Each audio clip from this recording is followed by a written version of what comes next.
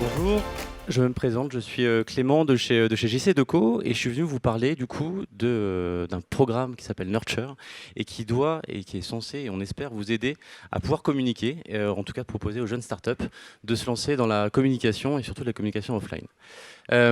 L'enjeu, qu'est-ce qu'un start-upper? Je ne vais pas vous l'apprendre, c'est surtout pas moi qui vais me permettre de faire ça.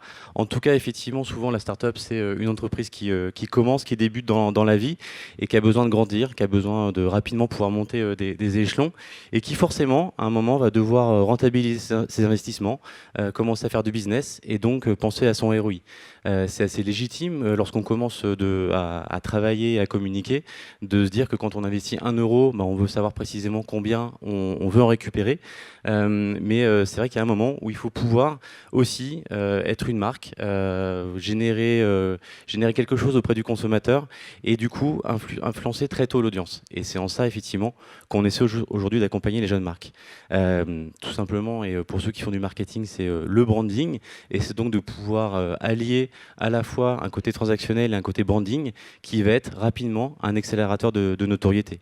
Il y a des marques qui sont aujourd'hui connues et reconnues. Je pense que quand vous êtes à la maison, vous n'utilisez pas un essuie-tout, mais du sopalin. Quand vous faites vos courses, vous poussez pas un chariot, mais plutôt un caddie. Et puis il y a un tas d'exemples comme ça, jusque plus récemment au VTC, communément qu'on peut appeler Uber sans vexer les autres. Ça, c'est pas moi qui le dis, c'est le DG de Twitter qui disait: la principale bataille à mener aujourd'hui, c'est celle de l'attention. Et effectivement, on est toutes et tous ultra sollicités. On a quelques chiffres aujourd'hui sur la course à l'attention, que ce soit publicitairement, ce qui fait qu'aujourd'hui, effectivement, face aux médias, il peut y avoir une certaine défiance. Et c'est aujourd'hui en ça qu'il faut pouvoir rassurer, faire connaître son activité. Et puis il y a aussi, et peut-être que certains dans la salle en ont, une utilisation des adblockers qui est de plus en plus forte. On parle de 30% en moyenne sur la population. Et puis dès qu'on commence à aller sur des tranches d'âge de plus en plus jeunes, le chiffre augmente. Et donc on voit que les jeunes générations, très tôt, essayent de s'affranchir en tout cas de la publicité sur Internet pour pouvoir du coup être un peu plus libre de ses actions sur son mobile ou sur son ordinateur. Et puis il y a aussi d'autres challenges qui sont en train de s'annoncer. De plus en plus de foyers s'équipent de Google Home, d'Alexia. Et donc forcément, d'ici 2020, on peut considérer que la plupart des recherches qu'on fasse sur Internet, elles seront vocales. C'est-à-dire que typiquement, quand je commanderai des piles, je dirais à Alexa, bien sûr, Alexa, envoie-moi des piles, LR je ne sais combien. Et puis si on ne sait pas qu'il me faut telle marque ou telle marque, c'est peut-être des piles Amazon qui arriveront. Parce que du coup, effectivement, la marque la plus forte l'emportera. Si je m'appelle Energizer et que lorsque j'ai besoin de piles, je dis je veux des piles Energizer, et effectivement, c'est des Energizer qui arriveront à la maison. Donc c'est pour ça que très tôt, il est important de pouvoir faire connaître sa marque, marquer entre guillemets son territoire et pouvoir du coup se faire connaître. Du coup, vous avez dit branding. Qu'est-ce que finalement le branding? C'est pouvoir allier à la fois un côté émotionnel, et on va voir quelques exemples, et puis toujours, bien évidemment, conserver cette partie très héroïste avec un côté transactionnel. Parce que bien évidemment, faire du business sans transaction, c'est toujours très compliqué. Il y a une marque, je ne sais pas si vous la connaissez, je ne sais pas si vous avez reconnu quelle marque communique sur ce visuel-là. Elle communique depuis plusieurs années avec ce type de visuel-là. Alors tout le monde a reconnu Quick, je pense. On est d'accord, voilà. Et non, effectivement, McDonald's, bien évidemment, investit des sommes considérables en digital. Encore une fois, pour faire du drive to store, pour faire du transactionnel ou pour faire venir les gens dans leur magasin. Mais ils ont aussi besoin de communiquer sur de l'émotion. Et on le sait, McDonald's, c'est une enseigne qui peut parfois être décriée sur certains sujets. Et clairement, lorsqu'ils font ce type de campagne-là, quand ils communiquent aussi sur des anciens dessins animés, c'est une campagne qu'ils ont également faite pendant toute l'année 2019. Clairement, ils font appel à notre émotion et ils vont conjuguer du coup comme ça la partie gauche, la partie droite du cerveau pour réussir à la fois à nous donner envie et à la fois pour se faire aimer. Une autre marque un peu plus jeune, certains peut-être ont eu recours à cette entreprise qui s'appelle Adopte un mec, qui s'est lancée comme beaucoup d'autres dans les années 2012-2013, et qui, ou 2010 on va dire, et qui rapidement s'est dit qu'ils allaient communiquer, eux, en communication extérieure. Donc on a eu la chance d'être un de leurs premiers partenaires. À l'époque, ils avaient plutôt des visuels sur, si vous vous en souvenez, du Adopte un roux, Adopte un moustachu, Adopte un vieux, donc plutôt sur un trait humoristique. Et puis rapidement, ils ont converti la communication. Ils avaient cette chance, c'est d'avoir aussi un logo très fort qui en disait beaucoup. Et ils ont pu du coup aller sur une communication beaucoup plus épurée, en ne prenant dans un premier temps que le logo et la marque, et puis au fur et à mesure retirer carrément la marque pour aujourd'hui avoir une communication uniquement centrée sur leur logo. On a observé, nous, chaque année, on faisait des tests avec Adopte un mec au niveau de l'attribution, pour savoir quelle était l'attribution sur chaque campagne.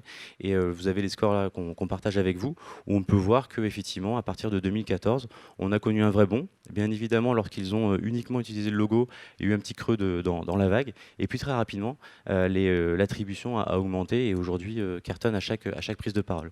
C'est plutôt un très bel exemple qu'on a là. Et puis depuis, de nombreuses startups font recours à la communication extérieure pour à un moment se faire connaître, aller justement passer un stade supérieur et installer la marque dans le quotidien des consommateurs. Un exemple sur lequel on aime s'attarder, c'est celui de Frishti. Là encore une fois, sur un secteur très concurrentiel. Tout le monde connaît Deliveroo, tout le monde connaît Uber Eats, qui sont aujourd'hui des mastodontes sur ce secteur-là. Et puis Frishti, à un moment, a fait un constat sur sa notoriété en se disant qu'effectivement, sa notoriété n'était pas forcément au plus haut et qu'elle avait besoin de communiquer. Donc là, encore une fois, elle a choisi la communication extérieure et les résultats donc, sont partagés. Elle a connu effectivement un nombre d'acquisitions assez conséquent. Et puis surtout, elle a pu aussi développer sa notoriété. Et en sachant que ce qui est intéressant autour de Frishti, c'est qu'en plus, Frishti a des valeurs, a des produits qui sont différents de sa concurrence. Et c'était important pour elle de prendre la parole de manière un peu plus massive. On a une autre startup qui est aujourd'hui présente, qui s'appelle Funky Veggie et qui va nous rejoindre en la personne de Camille et qui justement a fait ce bond à un moment du 100% digital pour arriver, pas dans la rue, mais dans le métro.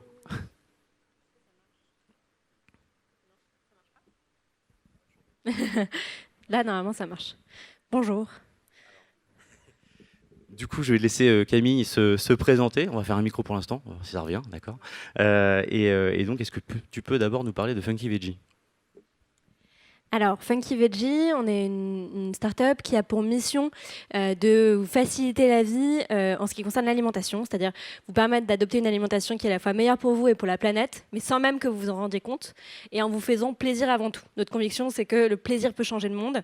Donc, en fait, il suffit de manger des trucs bons, en l'occurrence de chez Funky Veggie, pour se faire du bien et avoir une alimentation qui est meilleure pour soi et pour la planète. Donc on a lancé les produits pour lesquels on est le plus connu aujourd'hui, c'est Cœur de Boule qui est en devant de caisse entre les Mars et les Twix, chez Franprix, Carrefour, Auchan, Monoprix, etc. Qui sont des snacks naturellement sucrés, très très gourmands, mais sans rien de bizarre à l'intérieur, sans sucre ajouté, sans colorant, sans conservateur. Ensuite, on a lancé une gamme salée, l'apéro boule, et on vient de lancer Ouf, qui est la première pâte à tartiner au monde sans huile du tout, et qui est dans les mêmes enseignes partout en France. Ça fonctionne, très bien. En tout cas, à cette heure-là, Funky Veggie, ça fait envie. Et du coup, est-ce que tu peux nous raconter comment, dans votre démarche d'entrepreneur, à un moment, vous avez eu besoin de prendre la parole, quel était un peu l'enjeu et pourquoi vous l'avez fait ? On a pris la parole donc, autour de Cœur de Boule en janvier 2019, donc ça fait 1 an. C'était un moment où on avait besoin d'ancrer un peu plus notre crédibilité, de gagner en notoriété dans un contexte où les acheteurs de la grande distribution sont plutôt frileux par rapport à la moyenne des start-upers, disons.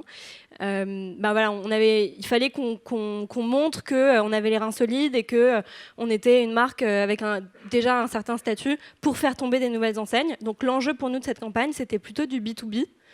Ce qui est amusant quand on a fait cette campagne, c'est qu'on a reçu plein de messages de gens qui nous disaient bravo.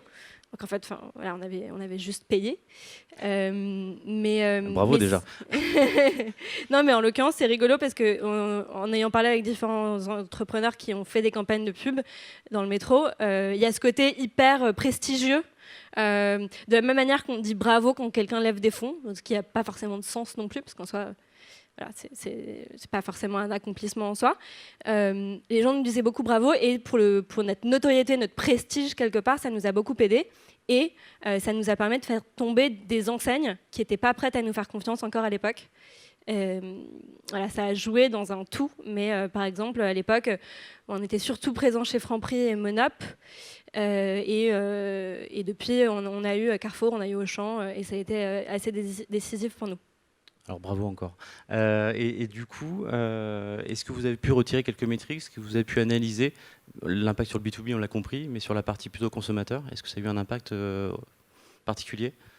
Alors, on était pas assez bien organisé pour vraiment mesurer les écarts dans les ventes en magasin. Surtout que voilà, on se disait vraiment que on voulait que l'impact soit plutôt B2B. On a eu beaucoup de retombées sur les réseaux sociaux, notamment sur Instagram, où aujourd'hui on est la première marque alimentaire française en termes d'engagement. On est 60 000 et on a vraiment un très gros temps d'engagement, donc on a eu beaucoup de consommateurs qui ont pris en photo la campagne, qui était assez rigolote.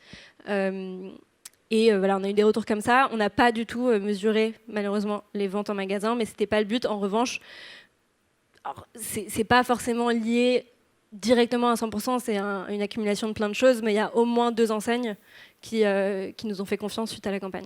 D'accord, très bien.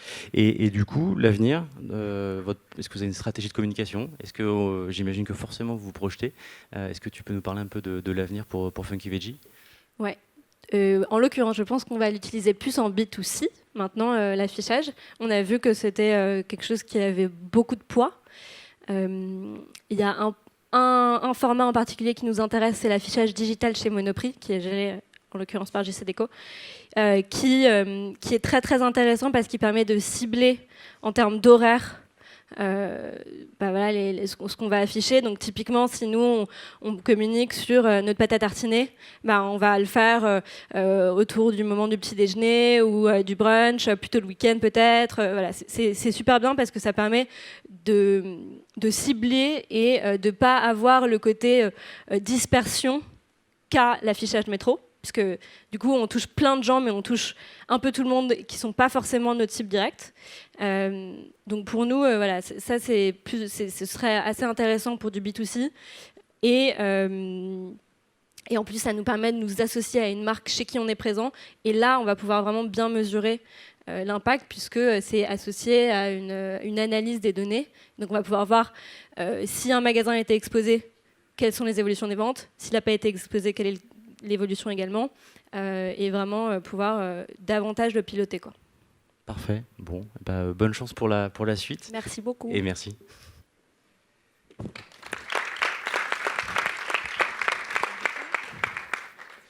Du coup, si JCDecaux peut accompagner ces startups, c'est, je l'ai dit en préambule, à travers un programme qui s'appelle Nurture.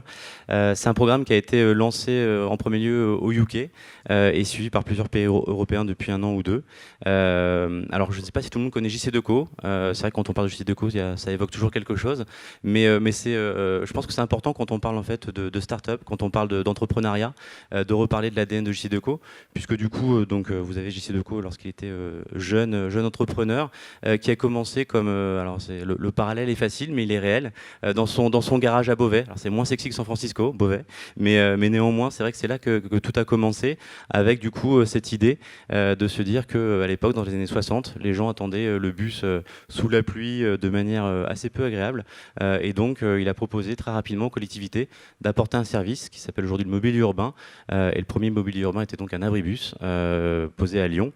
Et c'est vrai que ce service de venir installer et entretenir derrière les abribus, en contrepartie, et vous l'aurez compris, de publicité, a plutôt bien fonctionné, puisque depuis, ça a été une réussite. Et aujourd'hui, un premier contrat à Lyon, l'entreprise est présente sur plus de 80 pays. Néanmoins, JCDecaux, malgré tout, de par effectivement peut-être cette taille qui a grossi, a aussi besoin à un moment de faire du branding. Et c'est vrai que depuis plusieurs années, la communication, le marketing se pose la question de comment réaffirmer le média, comment faire que JCDecaux soit une marque à part entière.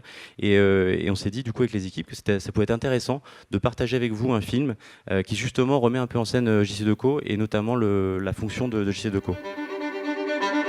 La ville est un spectacle.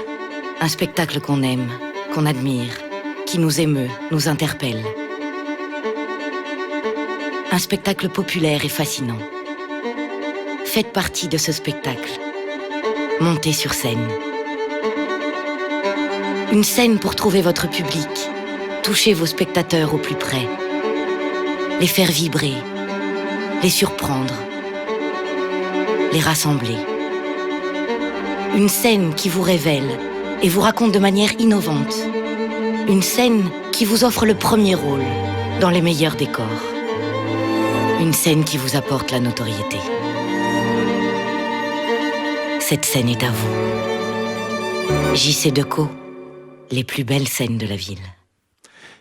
Donc voilà, et c'est vrai que c'est assez, on va dire, atypique qu'une entreprise du B2B comme ça fasse cette démarche d'avoir une vraie plateforme de marque affirmée, et surtout que par la même occasion, elle puisse réaffirmer aussi un média à part entière.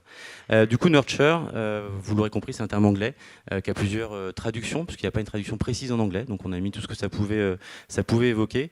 Et donc l'idée de Nurture, c'est assez simple, c'est-à-dire que vous êtes une start-up, et comme beaucoup, vous avez une bonne idée, que vous allez développer, que vous allez essayer de propager. Et puis à un moment, c'est ce qu'on dit depuis le début, il va falloir le faire savoir. Donc c'est à ce moment-là qu'on va essayer de vous accompagner, de vous offrir les meilleures solutions et le meilleur accompagnement pour que votre idée, votre service devienne, en tout cas, ou votre produit, comme Funky Veggie, devienne une marque à part entière. Comment ? De 3 manières. On va pouvoir vous proposer dans un premier temps, un accompagnement sur des leviers créatifs, puisque forcément, on va essayer de vous faire bénéficier de la connaissance qu'on peut avoir du média et de ses codes. On va également pouvoir, lorsqu'on peut, vous accompagner sur des sujets data, où en gros, on va vous donner des enseignements sur un marché, sur des best practices ou des choses comme ça. Et puis, quelque chose qui est non négligeable, mais qui est une vraie volonté de l'entreprise, c'est d'apporter aussi sur le média une subvention qui va permettre effectivement d'avoir un tarif, là encore, adapté à votre expérience et à aux jeunes entreprises que vous êtes. L'idée, c'est du coup, ce matin ou ce midi, de faire un arrêt sur le sujet de la créa, puisqu'on a eu un très bel échange et du coup, une histoire qu'on voulait partager avec vous, avec une entreprise qui s'appelle Lavoir Moderne et que j'invite également à me rejoindre. Donc, idem, Pierre-Henri, Alphadio. Bonjour. Bonjour à tous. Je vous invite aussi à nous présenter Lavoir Moderne. Je ne suis pas sûr que tout le monde connaisse encore, même si on vous a beaucoup vu en 2019. Mais ça peut être intéressant que vous nous disiez ce que vous faites tous les jours. Alors oui, bonjour à tous. Donc on est les 2 cofondateurs du Lavoir Moderne. On s'est attaqué au marché de la corvée de linge, avec les draps qui sèchent sur les portes ou les chemises qui sont repassées sur la table. Donc on a créé une solution en 2012 qui propose un service de retrait à domicile en express avec des scooters électriques spécialement conçus pour ça. Et ensuite on prend vos vêtements, on les traite dans une usine qui est à Saint-Ouen-l'Aumône, qui fait 3500 m², qui traite de manière beaucoup plus écologique et qualitative.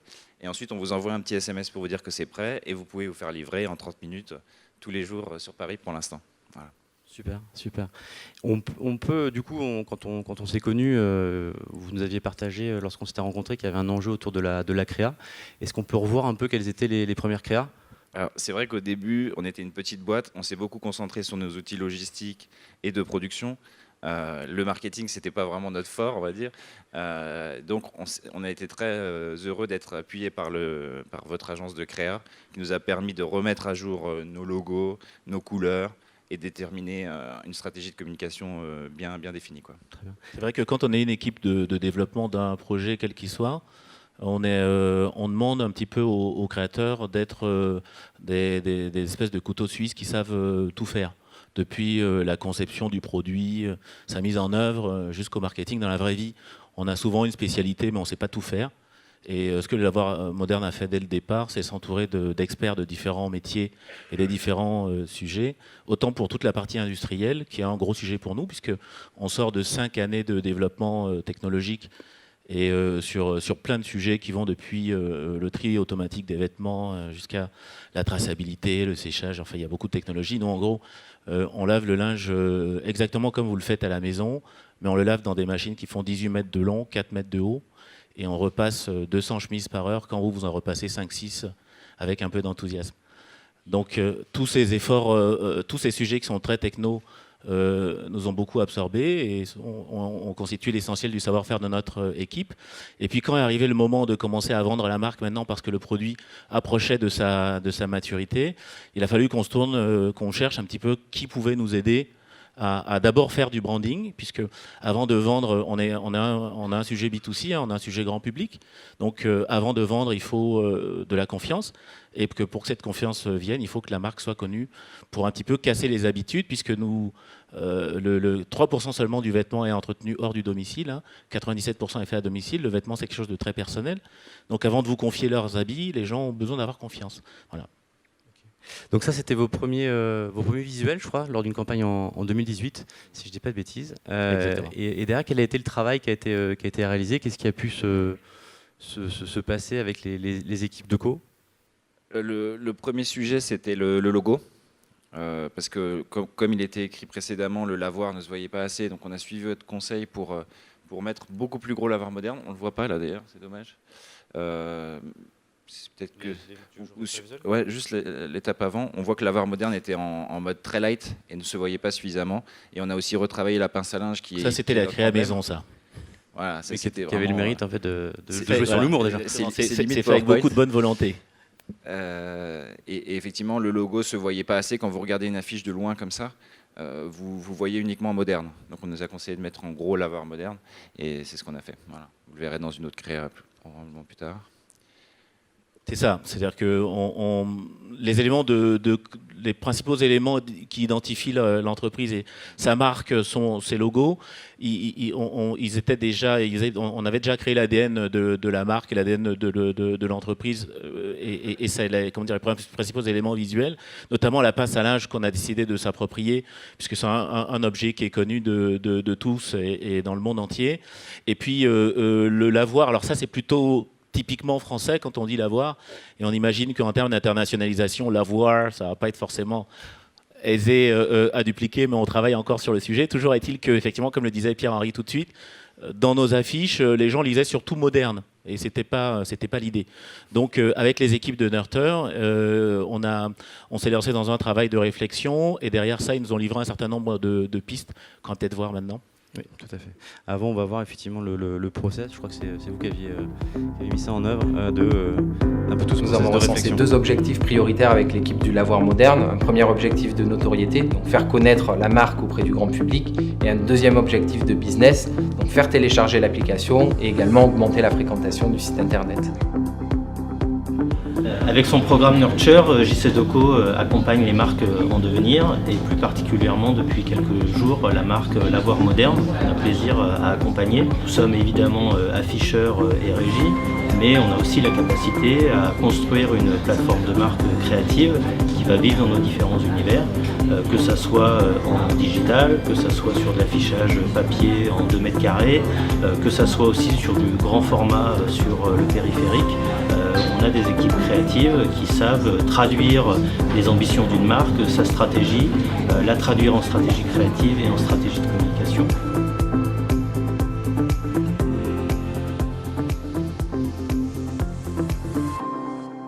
Du coup, il y a eu un travail qui a été fait, on l'a vu, c'était très studieux d'ailleurs, bravo.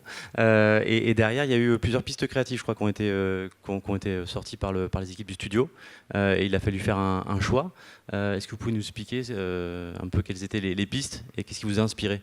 Quand on est une start-up comme nous, on se pose beaucoup de questions pour savoir effectivement quelle est la bonne stratégie pour toucher notre public et démocratiser notre service. On a du coup eu la chance, avec vos différentes propositions, de voir le positionnement qu'on allait prendre. Et sur cette campagne, la première, on s'est dit, prenons pas de risques. On a déjà envie de faire connaître le fait que le pressing à domicile existe. Donc soyons simples, on a fait une campagne très basique, on met en avant notre scooter qui donne une notion de rapidité de service, le prix, parce qu'on a des prix très compétitifs, notamment avec la chemise à 1,50 € et le linge au poids à 2,50 € le kilo. Voilà, faisons simple, à l'image de tout à l'heure des autres entreprises qu'on a vues, progressivement on va essayer de se détacher de notre image, mais on a été très basique. pour faire une communication, c'est l'avoir moderne, c'est le pressing à domicile. Voilà, Très bien. c'était l'objectif. Donc du coup, je crois que si je dis pas de bêtises, l'option qui a été sélectionnée, c'était la première, justement sur le se faire plaisir.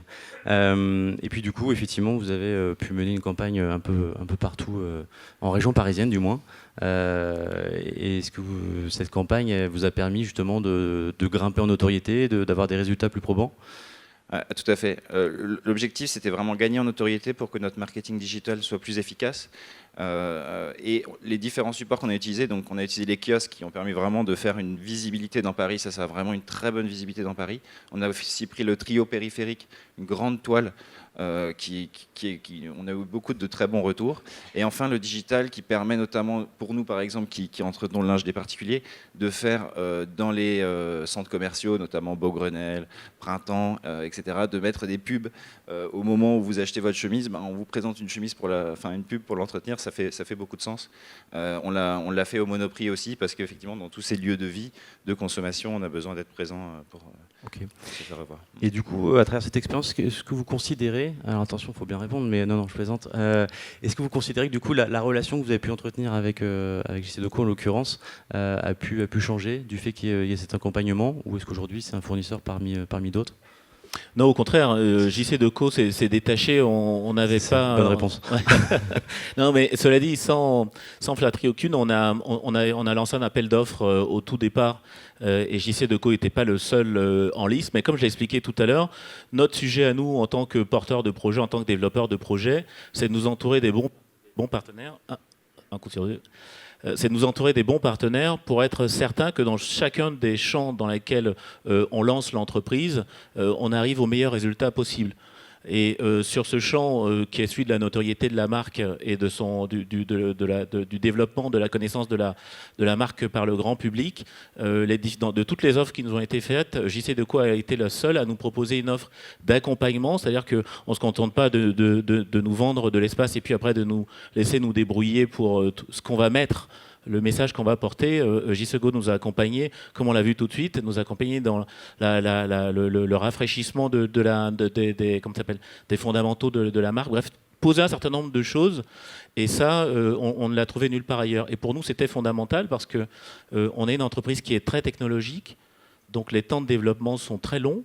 Le temps d'installation dans l'espace public va être relativement long. Donc on est prêt à des campagnes qui vont durer, qui vont se faire sur le long terme et vraiment rentrer dans le quotidien des habitants, d'abord dans un premier temps des hypercentres. Donc pour ça, il fallait qu'on ait une approche qui soit une approche la plus méthodique, la plus efficace, la plus académique possible. Et c'est ce à quoi JC Decaux nous a aidé avec Nurture. Parfait. Merci en tout cas pour votre témoignage et à très à bientôt. Merci à vous.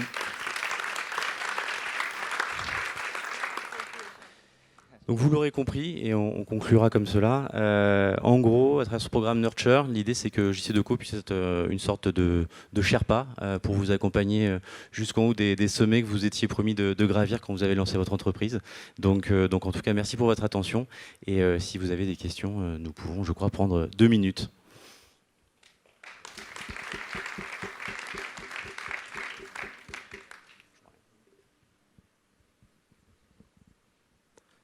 Pas de questions? Si. Je rentre dans le vif directement. Pour avoir une idée, ça coûte combien d'avoir comme ça des affiches C'est plus que le vif là. Ouais. C'est très vif là. En gros, alors là, je vous ai présenté cette plateforme de marque. Celle qui était la plateforme de marque précédente, c'était des solutions pour tous, qui portait plutôt bien son nom, puisqu'aujourd'hui, à partir de 2000, 5000 euros, on peut commencer à faire des choses. Bien évidemment, si on veut commencer à avoir un rayonnement parisien ou autre, on va être sur des tickets d'entrée qui commencent à être plus élevés, mais à partir de 2000, 5000 euros, on peut penser des choses qui sont très tactiques, mais en tout cas, on peut commencer à réfléchir. Oui. Alors les critères de sélection sont assez simples, c'est d'être une jeune pousse, donc une entreprise de moins de 5 ans, qui n'a pas d'agence spécifique d'un point de vue média, pour préserver du coup un accompagnement maximum et d'avoir une relation directe. Donc, voilà, ce sont les deux principales exigences. Bon, c'est l'heure de manger. Merci. Bon appétit.